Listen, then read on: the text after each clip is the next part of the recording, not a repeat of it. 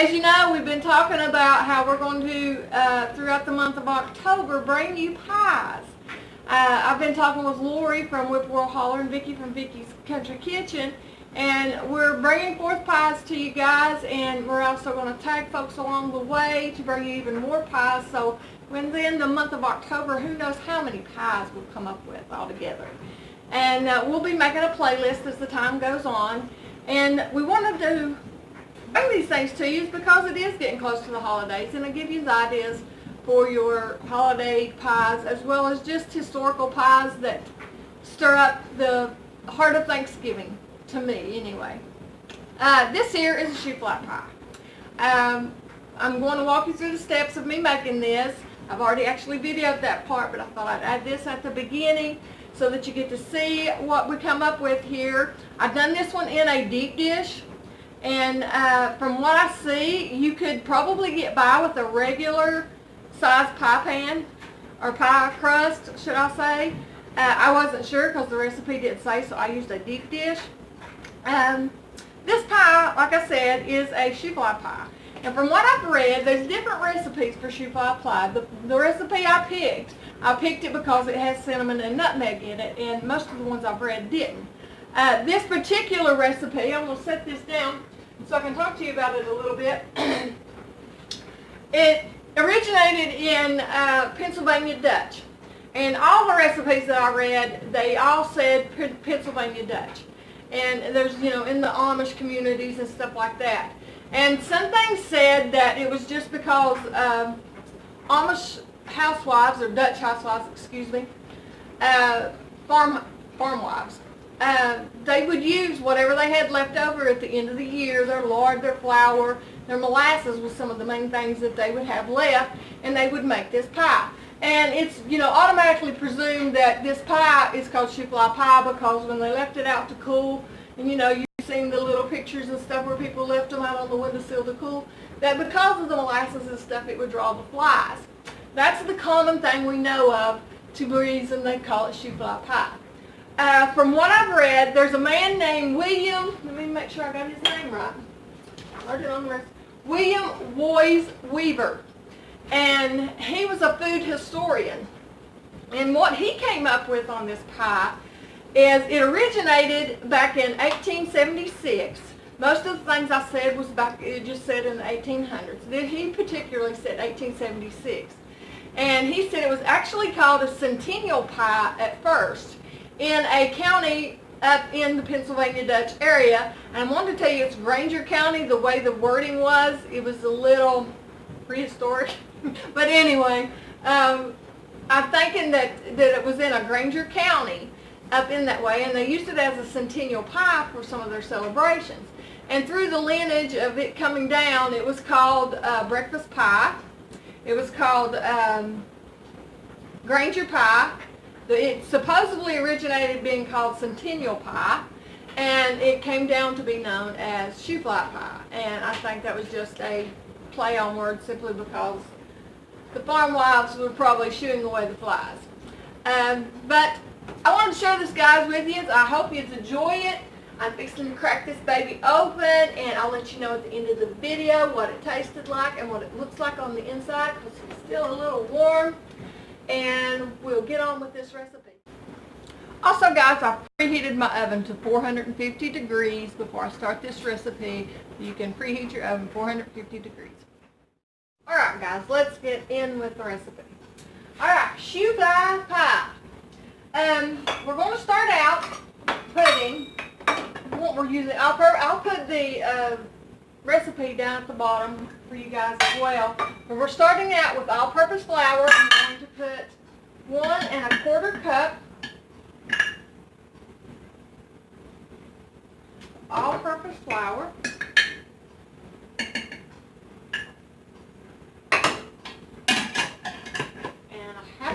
Sugar.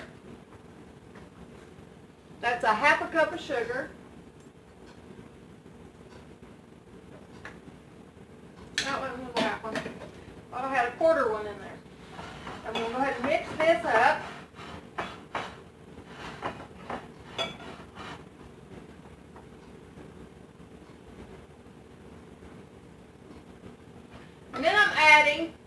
right here, I've got it all in one little thing here. I've got let me make sure I tell you right, a 1/4 cup of salt. This recipe here, which there was different ones, but I really like this one because this one was the only one that I've seen that actually called for cinnamon and nutmeg. And it's a teaspoon of cinnamon and a 1/2 teaspoon of nutmeg. The other ones didn't necessarily have any other flavorings other than the molasses in it. So I thought this sounded good, so I thought I'd add this one. Okay, so I added those, got those stirred up. Then I'm taking a 1/2 cup of butter, which is a stick, and I let this soften, and I hope I didn't let it soften too much. And you can use a pastry blender. I'm sorry. I didn't get my pastry blender out because 9 times out of 10 I don't even use my pastry blender just because I spend more time cleaning it off than I do anything. I just tend to use a fork. And I break this up into chunks.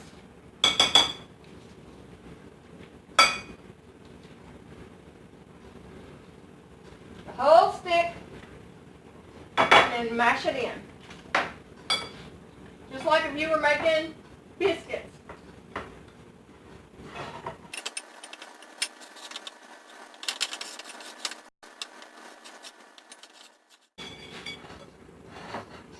Okay, got this crumbled up good. This will be like a crumble, like you would put on top of, which is what we're actually going to be doing, is putting this on top of the pie.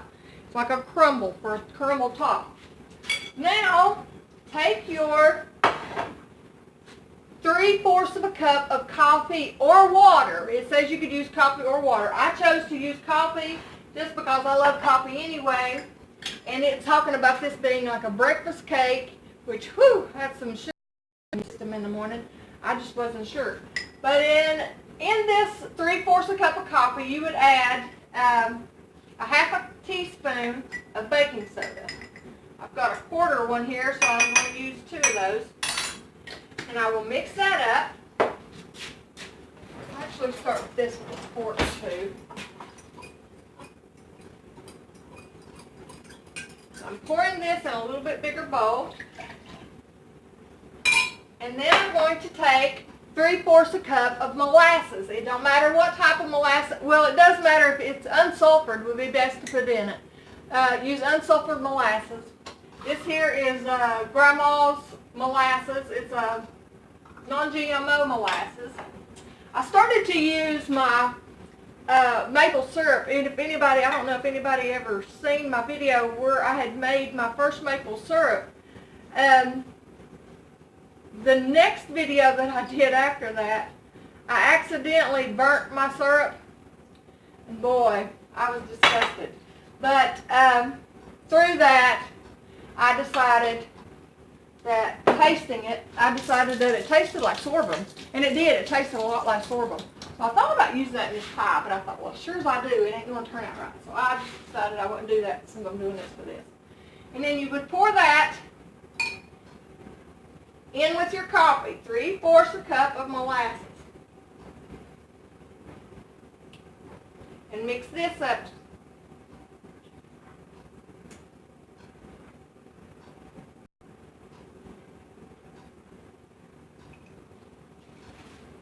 Actually, I better put that together. Now, let me make sure I got my directions right here. Find the sugar and da-da-da-da-da. After we do this, we will pour this into our pie crust. Just this right here. As simple as that is.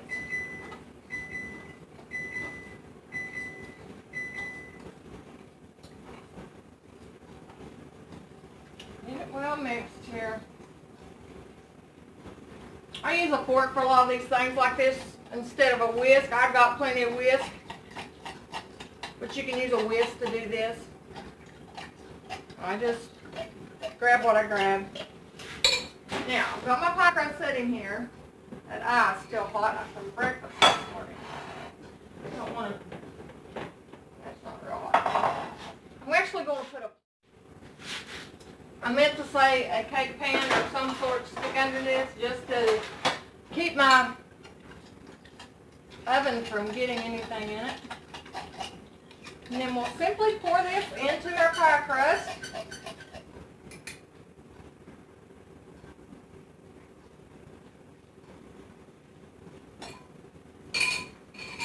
Put that aside. And then put our crumble all over the top of this.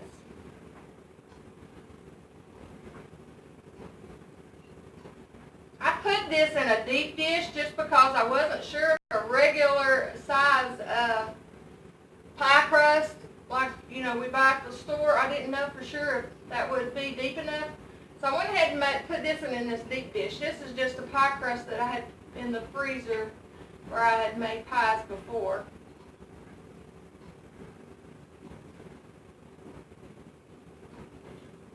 And it looks like the other one might have been all right too. But we'll see after we bake it.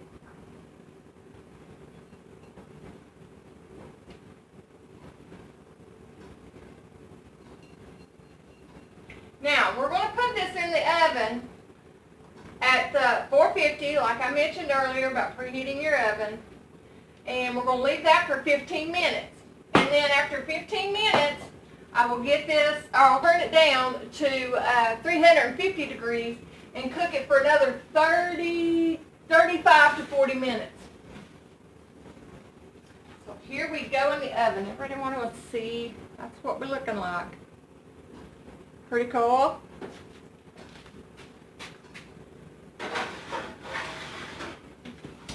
Now, we'll get that cooked and we'll see how it goes. Okay guys, I've cut me out a piece of this pie. I didn't let it cool completely before I cut my piece out, so it's kind of fell apart on me. But looking at it, I can see why they call it a cakey type pie. And I had read, I had read that they had used it also to dip in their coffee as they made it. I could see that as well. Some people say they put Cool Whip on it. Some people said it's great with ice cream and different things. I don't have either, but I'm going to try it as is and get some Cool Whip tomorrow. So let me get that. This is part of the gooey stuff. It's kind of gooey on the bottom, and then the top part is cakey kind of, and it falls apart too. With no egg in it, I guess it would, in my thoughts. But anyway, here we go.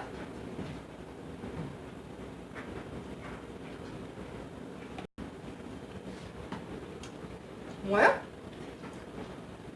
it's really good, guys. I can kind of tell there's the cinnamon in it. The molasses, they don't overpower this pie, nothing like you would think it would. Nothing like you think it would. It's actually a really good pie. I'm trying to give you a comparison in my mind, and I really can't think of one.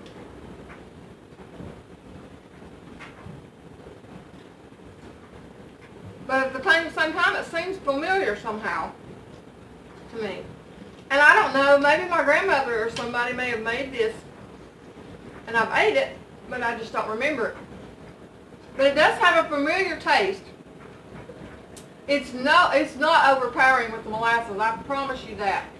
This one here, my particular molasses I used, it's not at all. It's actually very good, very good. It ain't. I was thinking that I'd only be able to cut just a slither of a piece, but no, this is really good. I don't know if I could eat that whole piece, but I could get close. So yeah, this is surprisingly really well. I could see it being really good with coffee. I need to make me a cup before I finish this. And I could see ice cream would be really good with this too. If I was going to tell you what to do, I'd say make you a good cup of coffee and get you some vanilla ice cream and put it on the side. Eat it warm. I can tell this would be a good one warm, which it is warm. But I can tell it's better warm than it would be if it's cooler. Okay guys, so this ended up being a really, really good pie. I was very pleased with it. It's not overpowering at all with those molasses. It's, you know, particularly the molasses I use, because some molasses are more stronger than others, but as for this one, it really made some really good pie. I could see it being good. I could see you adding pecans with this, or walnuts. That would be good. I could tell that.